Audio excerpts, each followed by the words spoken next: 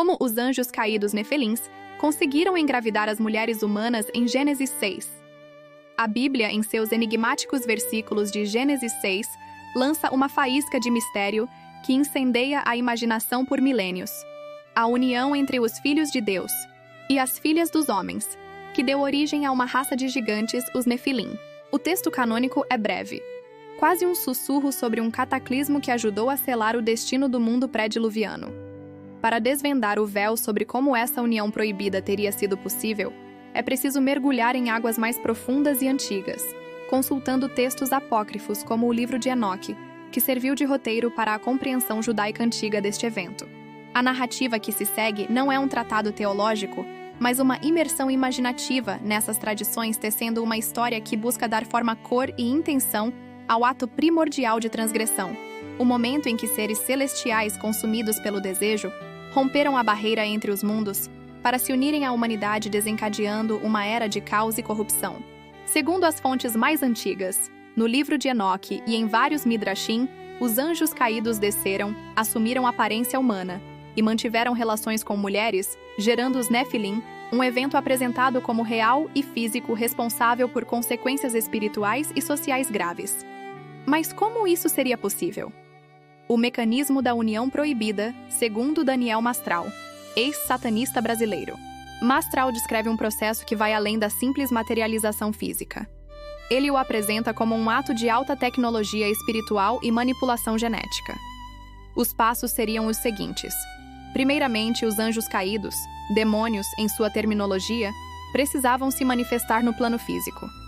Mastral descreve que esses seres espirituais têm a capacidade de manipular a matéria e a energia para criar corpos tangíveis.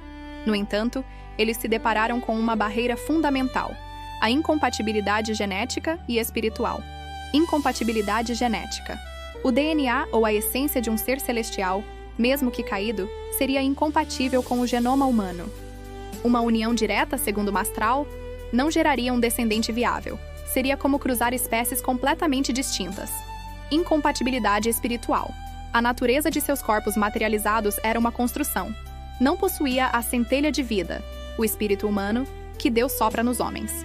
Para superar essa barreira, os anjos caídos, sendo seres de imensa inteligência e conhecimento sobre as leis da criação, realizaram o que Mastral descreve como uma forma de engenharia genética avançada. Criação de uma semente híbrida. Eles não usaram uma semente, sêmen, em seu estado espiritual puro. Em vez disso, eles manipularam a matéria de seus corpos físicos temporários para criar uma substância reprodutiva que fosse biologicamente compatível com o óvulo humano. Corrupção da essência. Essa semente era mais do que um material biológico. Ela carregava uma assinatura espiritual corrompida. Era uma maneira de injetar sua própria natureza decaída diretamente na linhagem humana, alterando-a em um nível fundamental. Era, literalmente, a semente da serpente, sendo introduzida fisicamente na semente da mulher. Uma vez que essa semente geneticamente modificada e espiritualmente corrompida foi criada, os anjos caídos, em suas formas materializadas e atraentes, seduziram as mulheres humanas. A união carnal era um método de inseminação. O resultado dessa união não era um ser humano nem um demônio, mas um híbrido, os Nefilim. Segundo Mastral, esses gigantes possuíam características de ambas as naturezas. Físico, estatura gigantesca, força sobre-humana e uma longevidade muito maior que a dos humanos normais. Poderes psíquicos e espirituais. Herdaram de seus pais angelicais habilidades sobrenaturais, como telecinesia, grande conhecimento e a capacidade de influenciar e dominar os outros.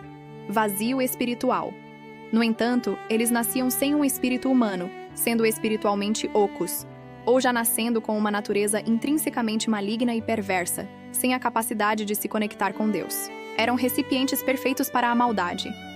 Esses Nefilim se tornaram os instrumentos perfeitos para acelerar a corrupção da terra, espalhando violência, perversão e conhecimento proibido, levando a humanidade a um estado de depravação tão profundo que, na visão de Mastral, justificou a intervenção divina através do dilúvio.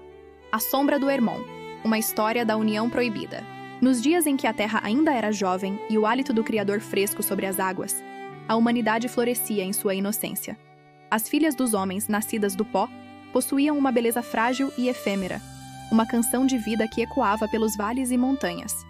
Suas risadas eram como o som de riachos, e seus corações, terrenos férteis para o amor e a devoção.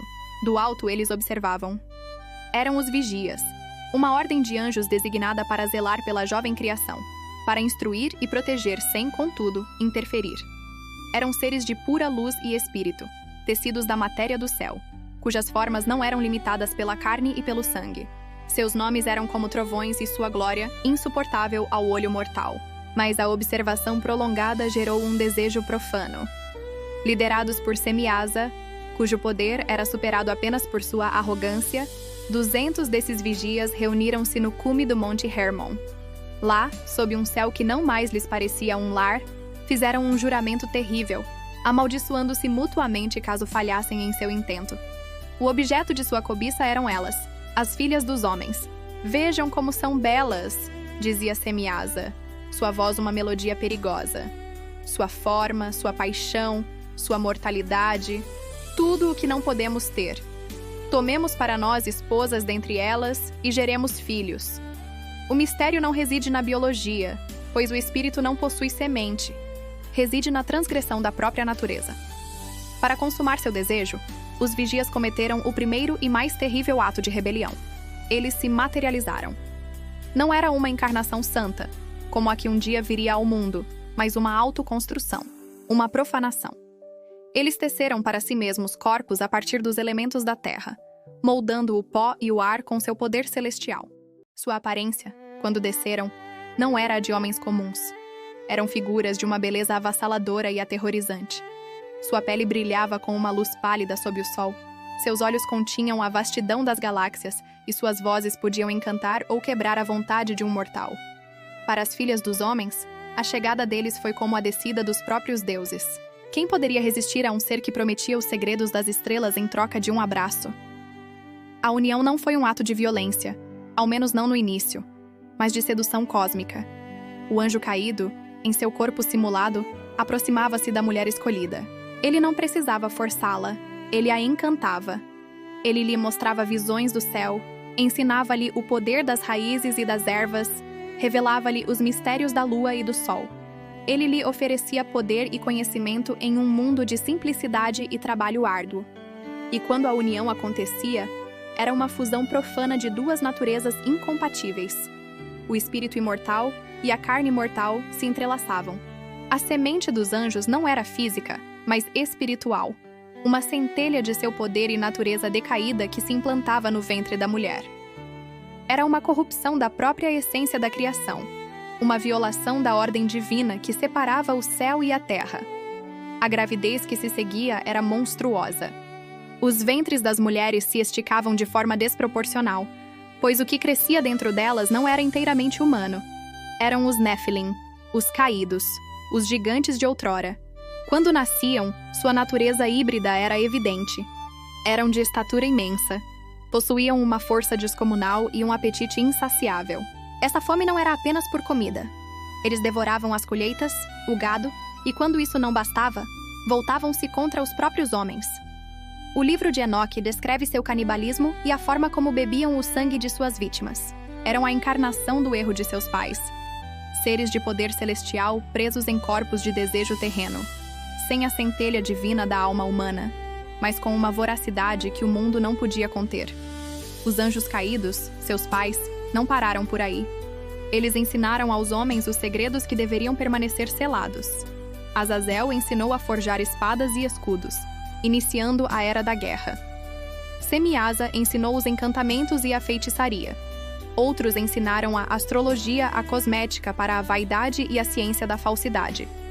Eles corromperam a humanidade de dentro para fora, usando seus próprios filhos, os Nefilim, como instrumentos de terror. A terra, manchada de sangue e oprimida pela violência dos gigantes, gritou. O clamor dos inocentes subiu aos céus, e o Criador, vendo que a ordem fora irremediavelmente quebrada, decretou o juízo. Os anjos caídos foram capturados, despojados de suas formas físicas e acorrentados na escuridão, em poços abissais, para aguardar o julgamento final. Para a sua descendência profana, os Nefilim, e para a humanidade corrompida, a purificação viria pelas águas do grande dilúvio. Assim, o mistério de como os anjos engravidaram as mulheres não é uma questão de mecânica, mas de transgressão. Foi um ato de vontade, de materialização e de corrupção espiritual, cuja consequência foi uma raça de monstros e um mundo mergulhado em tal escuridão que apenas um dilúvio poderia lavá-lo. E os espíritos dos Néfilim, cujos corpos foram destruídos na enchente, permaneceram na terra, tornando-se, segundo a tradição, a origem dos demônios que vagueiam pelo mundo, para sempre famintos e sem descanso, um eco eterno daquela união proibida entre a luz caída e o pó mortal. A explicação de Daniel Mastral sobre como os anjos caídos engravidaram as mulheres humanas transforma o relato bíblico em um enredo de guerra genética e espiritual de alta tecnologia. Não se tratou de um simples ato carnal, mas de um projeto deliberado e sofisticado para sabotar o plano de Deus para a redenção da humanidade. Ao criar uma semente híbrida e biologicamente compatível, os anjos caídos conseguiram violar a criação em seu nível mais fundamental, gerando uma raça de super-humanos corrompidos com o objetivo de tornar a vinda do Salvador impossível. Esta perspectiva, embora fascinante para muitos, permanece no campo da literatura de batalha espiritual e não representa uma visão teológica convencional.